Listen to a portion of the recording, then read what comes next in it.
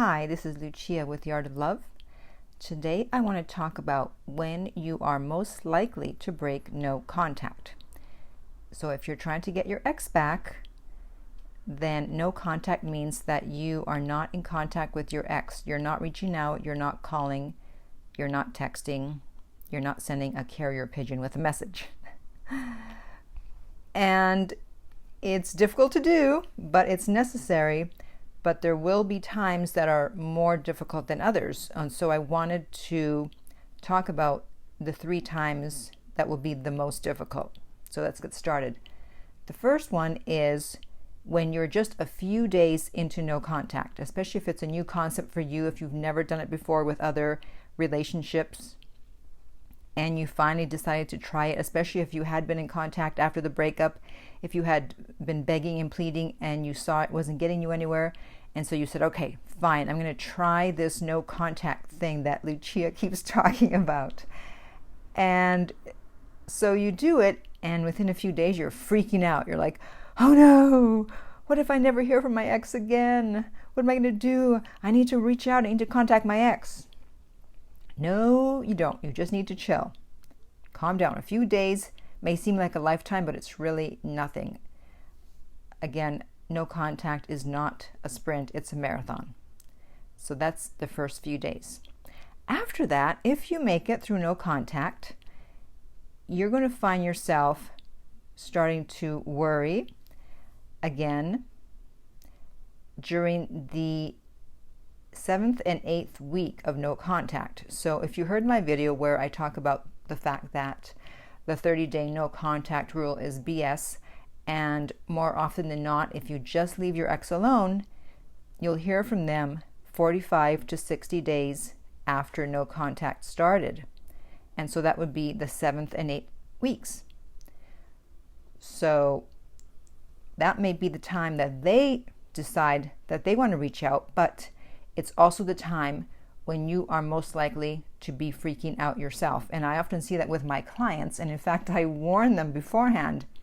So let's say they tell me that their ex broke up with them June 1st. I tell them, well, mark on your calendar July 15 to July 30th, because that's when you're probably going to feel the need to reach out if you haven't heard from them before that. And then finally, the 3rd time that you are most likely to break no contact is if you find out that they're seeing someone new, or you think that they're seeing someone new, that they've moved on. So they either change their Facebook status to in a relationship, or you see that they've posted a picture of them with another guy, another girl, or you see some flirting going on social media. They're liking someone's posts, that other person's liking their posts, they're making comments, they're putting hearts, smiley faces, and so you think, it seems like there's something going on, and so you think, oh my God, I need to get in there right away and contact them, because otherwise they're going to move on and it's going to be over. Don't do it. Don't do it. It's not going to work. I know you think that as long as you jump in, you'll be able to stop it, but they just kicked you out of their life. They said they don't want you. So what makes you think that just because you contact them now, they're all of a sudden going to stop seeing the other person and want to get back with you? I mean, I think we've all been out with someone where their ex was blowing up their phone and either texting or calling, and they were like, oh, look at this. Look at my ex. They won't leave me alone. And so you don't want to be that annoying ex that keeps trying to make contact, because you look pathetic, to be honest. And so that's when you really need to be strong. Realize at the moment you are powerless in that situation, and you need to just wait, because acting and making decisions based on fear is rarely, if ever, a good idea, whether it comes to dating or life in general. So if you would like my help personally with one-on-one coaching to help you to stick to no contact, to help you figure out what's going on, you can contact me at my website, theartoflove.net. If you're listening to this on iTunes, I would appreciate if you would rate and review the podcast.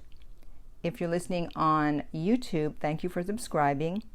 And finally, remember that love inspires, empowers, uplifts, and enlightens.